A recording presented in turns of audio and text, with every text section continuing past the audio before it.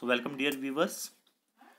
Today we are going to discuss some textbook question answers which were taken from chapter number 7, Weavers, Iron Smelters and Factory Owners. तो आज हम इस chapter के कुछ text book के जो question answer हैं उनको स्टडी करेंगे। तो चैप्टर का नाम है weavers, iron smelters and factory owners. Weavers मतलब बुनकार, आयरन स्मेल्टर्स वो लोग जो खानों में काम करते हैं आयरन को निकालने के लिए, एंड फैक्ट्री ओनर्स और फैक्ट्री के ओनर्स वगैरह के बारे में, ये उसके बारे में चैप्टर है। So let us discuss question number 1। Question number 1 कहता है what kind of cloth had a huge market in Europe. Europe में अगर देखा जाए किस किस्म के कपड़े की सबसे बड़ी मार्केट है। So let us discuss cotton and silk textile had huge market in Europe. तो यूरोप में कॉटन और सिल्क टेक्सटाइल की बहुत बड़ी मार्केट है। इसके अलावा अगर देखा जाए Indian textiles were for the most popular both for their fine quality and exquisite craftsmanship. Different varieties of Indian textiles were sold in Western market.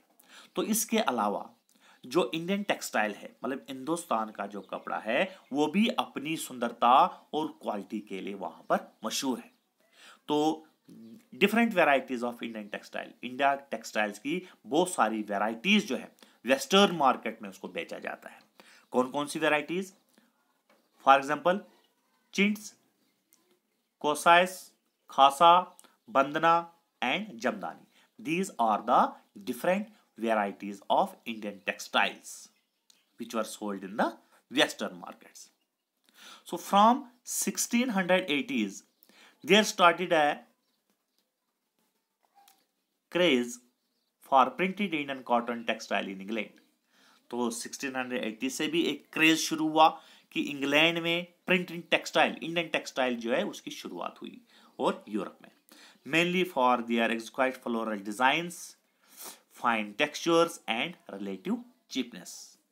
तो खास फीचर्स की वजह से इंडियन टेक्सटाइल की डिमांड जो है इंग्लैंड में और यूरोपियन कंट्रीज में हमें देखने को मिली। Now question number 2, what is jamdani? Jamdani क्या है?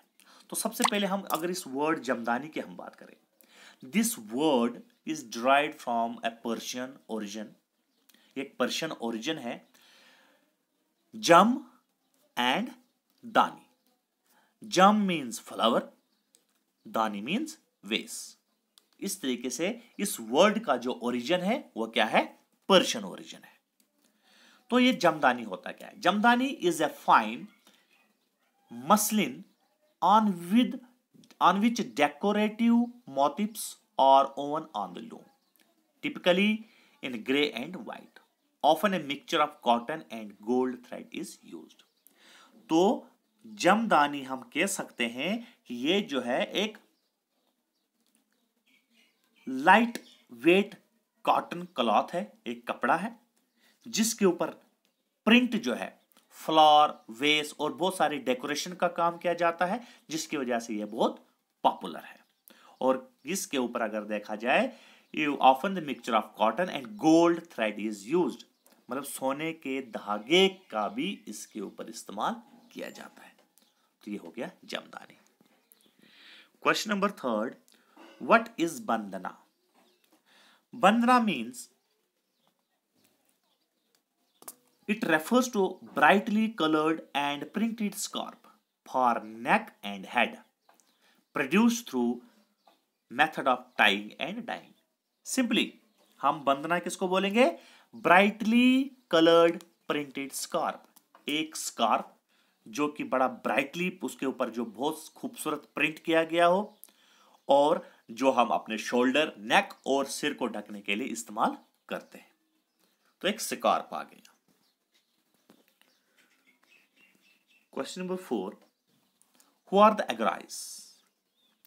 Agrais are an Indian community of iron smelter.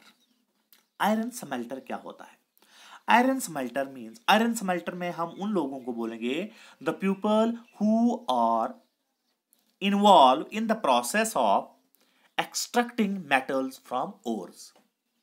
अगर हम आयरन स्मेल्टर की बात करें, वो लोग जो इस प्रोसेस में इन्वॉल्व हूं कि जो ये आयरन है, जो उसकी खान है, उसकी खान से जो निकालने का जो प्रोसेस है, उसको हम कहते हैं आयरन स्मेल्टर। उन लोगों को, उस कम्युनिटी को हम कहते हैं the community of iron smelter. तो द अगराइज और एन इंडियन कम्युनिटी, ये जो है कहां की कम्युनिटी है? इंडिया की कम्युनिटी है, जिसका काम है आयरन ओर से, जो खान है आयरन की, वहां से किसी प्रोसेस के थ्रू उस आयरन को खान से बाहर निकालना। So question number 4. Now let us discuss question number 5. Fill in the blanks. The word chint comes from the word, ये आएगा chint. Second, Tipu's sword was made of. Tipu Sultan की जो तलवार थी वो किसकी बनी थी? Woods steel. यहां पे Woods steel. लास्ट पे है India's textile exports decline in the date century. India का टेक्सटाइल का जो एक्सपोर्ट था, जो बाहर कंट्रीज में इंडिया का एक्सपोर्ट जा रहा था, वो आहिस्ता आहिस्ता कम होता गया। कौन सी सेंचुरी में? 19वीं सेंचुरी में। सो ये थे कुछ क्वेश्चन नंबर 1, 2, 3, 4 एंड 5, जिसको आज हमने आपके साथ डिस्कस किया।